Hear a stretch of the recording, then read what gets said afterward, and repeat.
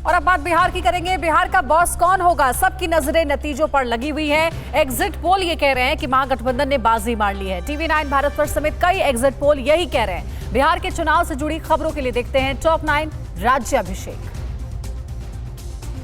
बिहार के exit poll में तेजस्वी का राज्याभिषेक हो सकता है और नीतीश की हार हो सकती है। TV9 भारतवर्ष एग्जिट पोल में महागठबंधन 120 से 130 सीट, एनडीए 105 से 115 सीट, एलजेपी 3 से 5 सीट और अन्य को 10 से 15 सीटें मिलने का अनुमान है। TV9 भारतवर्ष के एग्जिट पोल में पहले चरण में महागठबंधन को 40 सीटें और एनडीए को 30 सीटें मिलने का अनुमान है, जबकि अन्य के खाते में केवल 1 सीट ही जा सकती है। पहले चरण में मुकाबला सीधे महागठबंधन और एनडीए के बीच दिख रहा है। एग्जिट पोल में दूसरे चरण में एनडीए को बढ़त मिलती दिख रही है। दूसरे चरण में एनडीए को 50 सीटें मिलने का अनुमान है, जबकि महागठबंधन को 40 सीटें मिलने का अनुमान है। एग्जिट पोल की तीसरे चरण में महागठबंधन को फिर बढ़त मिलती दिख रही है। तीसरे चरण में महागठबंधन 40 सीटों पर कब्जा करता नजर आ रहा है, जबकि एनडीए को 30 सीटें मिल सकती हैं। 8 सीटों पर अन्य को बढ़त मिलती दिख रही है। TV9 भारतवर्ष से खास बातचीत में बीजेपी नेता मनोज तिवारी ने कहा कि बिहार की जनता एनडीए को जिता रही है। बिहार में सरकार बीजेपी या जेडीयू की ही बनेगी और 10 नवंबर का मंगलवार एनडीए के लिए शुभ होगा।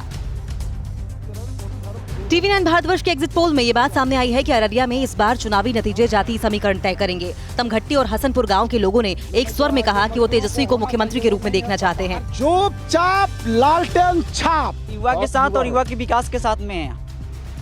बिहार चुनाव नतीजों को लेकर गठबंधन काफी उत्साहित है। हालांकि बीजेपी को एग्जिट पोल के उलट नतीजे की उम्मीद लग रही है। वह एग्जिट पोल में परिलक्षित नहीं होता है और यह जो 40% हमारे गरीब जो हैं वह पूरे के पूरे तौर पर एनडीए गठबंधन के साथ है। सरकार पूर्ण बहुमत 2/3 के बहुमत से बन रही है।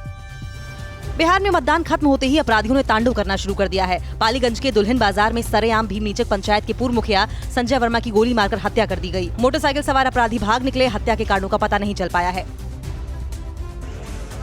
बेगूसराय में भी चुनाव के बाद अपराधी बेखौफ हो गए हैं। यहाँ एक होटल कर्मचारी को अगवा करने के बाद गला रेतकर हत्या कर दी गई। शव को वैशाली जिले के जंदाहा में फेंक दिया गया। गुस्साए लोगों ने तेघड़ा में सड़क जाम कर हंगामा किया।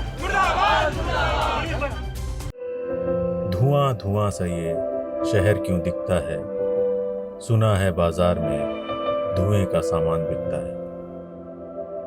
ये दिवाली सिर्फ दिए वाली।